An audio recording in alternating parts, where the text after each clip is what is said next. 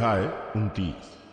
उन्हें पवित्र करने को जो काम तुझे उनके साथ करना है कि वे मेरे लिए याजक का काम करें, वो ये है, एक निर्दोष बछड़ा और 2 निर्दोष मेढ़े लेना, और अख़मीरी रोटी और तेल से सने हुए मैदे के अख़मीरी फुलके और तेल से चुपड़ी हुई अख़मीरी पपड़ियां भी लेना। ये सब गेहूं के मैदे के बनवाना। इनको एक टोकरी में रखकर उस टोकरी को उस बछड़े और उन दिनों मेढ़ों समेत समीप ले आना। फिर हारून और उसके पुत्रों को मिलाप वाले तंबू के द्वार के समीप ले आकर जल से नहलाना। तब उन वस्त्रों को लेकर हारून को अंगरखा और एपोद का बागा पहनाना, और एपोद और चपरास बांधना, और एपोद का काढ़ा हुआ पट्टा भी बांधना, और उसके सिर पर पगड़ी को रखना, और पगड़ी पर पवित्र मुकुट को रखना। तब अभिषेक का तेल ले उसके सिर पर डालकर उसका अभिषेक करना। फिर उसके पुत्रों को समीप ले आकर उनको अंगरखे पहनाना, और उनके अर्थात हारून और उसके पुत्रों की कमर बांधना, और उनके सिर पर टोपियां रखना, जिससे याजक के पद पर सदा उनका हक रहे। इस प्रकार हारून और उसके पुत्रों का संस्कार करना। तब बछड़े को मिलाप वाले तंबू के सामने समीप ले आना। हारून और उसके पुत्र बछड़े के सिर पर अपने अपने हाथ रखें।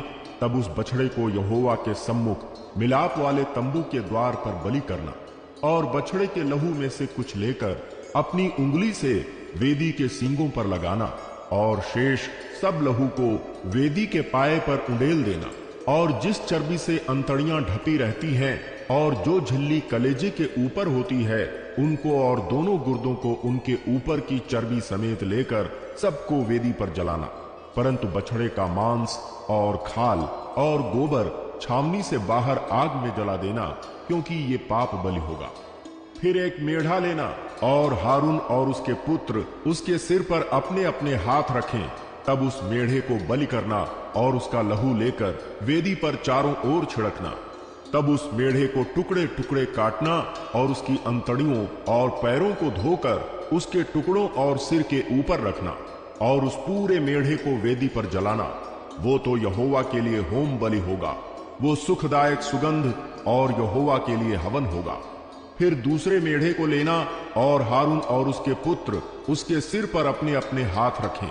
तब उस मेढ़े को बलि करना, और उसके लहू में से कुछ लेकर हारून और उसके पुत्रों के दाहिने कान के सिरे पर और उनके दाहिने हाथ और दाहिने पांव के अंगूठों पर लगाना, और लहू को वेदी पर चारों ओर छिड़क देना। फिर वेदी पर के लहू और अभिषेक के तेल, इन दोनों में से कुछ कुछ लेकर हारून और उसके वस्त्रों पर और उसके पुत्रों और उनके वस्त्रों पर भी छिड़क देना। तब वो अपने वस्त्रों समेत और उसके पुत्र भी अपने अपने वस्त्रों समेत पवित्र हो जाएंगे। तब मेढ़े को संस्कार वाला जानकर उसमें से चर्बी और मोटी पूंछ को, और जिस चर्बी से अंतड़ियां ढपी रहती हैं उसको, और कलेजे पर की झिल्ली को, और चर्बी समेत दोनों गुर्दों को, और दाहिने पुट्ठे को लेना। और अख़मीरी रोटी की टोकरी जो यहोवा के आगे धरी होगी, उसमें से भी एक रोटी और तेल से सने हुए मैदे का एक फुलका और एक पपड़ी लेकर इन सब को हारून और उसके पुत्रों के हाथों में रखकर हिलाए जाने की भेंट ठहरा के यहोवा के आगे हिलाया जाए। तब उन वस्तुओं को उनके हाथों से लेकर होम बलि की वेदी पर जला देना, जिससे वो यहोवा के सामने सुखदायक सुगंध ठहरे। वो यहोवा के लिए हवन होगा। फिर हारून के संस्कार का जो मेढ़ा होगा, उसकी छाती को लेकर हिलाए जाने की भेंट के लिए यहोवा के आगे हिलाना, और वो तेरा भाग ठहरेगा।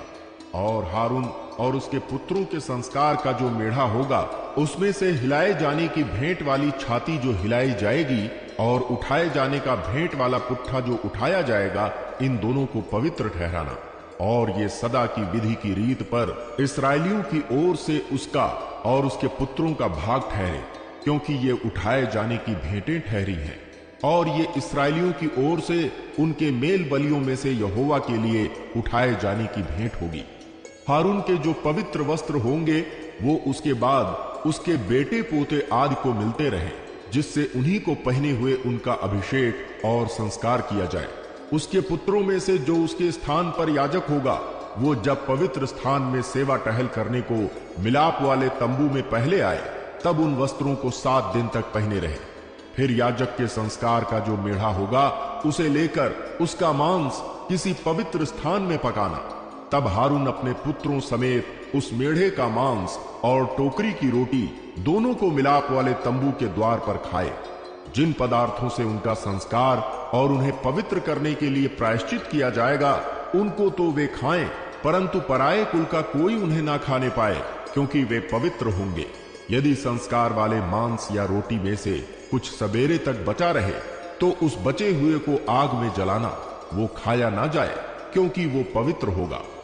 मैंने तुझे जो जो आज्ञा दी है उन सबों के अनुसार तू हारून और उसके पुत्रों से करना, और 7 दिन तक उनका संस्कार करते रहना, अर्थात पाप बलि का एक बछड़ा प्रायश्चित के लिए प्रतिदिन चढ़ाना। वेदी को भी प्रायश्चित करने के समय शुद्ध करना और उसे पवित्र करने के लिए उसका अभिषेक करना। 7 दिन तक वेदी के लिए प्रायश्चित करके उसे पवित्र करना, और वेदी परम पवित्र ठहरेगी, और जो कुछ उससे छू जाएगा वो भी पवित्र हो जाएगा। जो तुझे वेदी पर नित्य चढ़ाना होगा वो ये है, प्रतिदिन 1-1 वर्ष के 2 भेड़ के बच्चे, एक भेड़ के बच्चे को तो भोर के समय और दूसरे भेड़ के बच्चे को गोधूलि के समय चढ़ाना, और पहले भेड़ के बच्चे के संग हीन की चौथाई कूट के निकाले हुए तेल से सना हुआ एपा का 10वां भाग मैदा, और अर्घ के लिए हीन की चौथाई दाख मधु देना, और दूसरे भेड़ के बच्चे को गोधूलि के समय चढ़ाना, और उसके साथ भोर की रीति के अनुसार अन्न बलि और अर्घ दोनों देना, जिससे वो सुखदायक सुगंध और यहोवा के लिए हवन ठहरे। तुम्हारी पीढ़ी से पीढ़ी में यहोवा के आगे मिलाप वाले तंबू के द्वार पर नित्य ऐसा ही होम बलि हुआ करे। ये वो स्थान है जिसमें मैं तुम लोगों से इसलिए मिला करूंगा कि तुझसे बातें करूं। मैं इस्राएलियों से वहीं मिला करूंगा, और वो तंबू मेरे तेज से पवित्र किया जाएगा, और मैं मिलाप वाले तंबू और वेदी को पवित्र करूंगा, और हारून और उसके पुत्रों को भी पवित्र करूंगा कि वे मेरे लिए याजक का काम करें। और मैं इस्राएलियों के मध्य निवास करूंगा और उनका परमेश्वर ठहरूंगा। तब वे जान लेंगे कि मैं यहोवा उनका परमेश्वर हूं, जो उनको मिस्र देश से इसलिए निकाल ले आया कि उनके मध्य निवास करूं। मैं ही उनका परमेश्वर यहोवा हूं।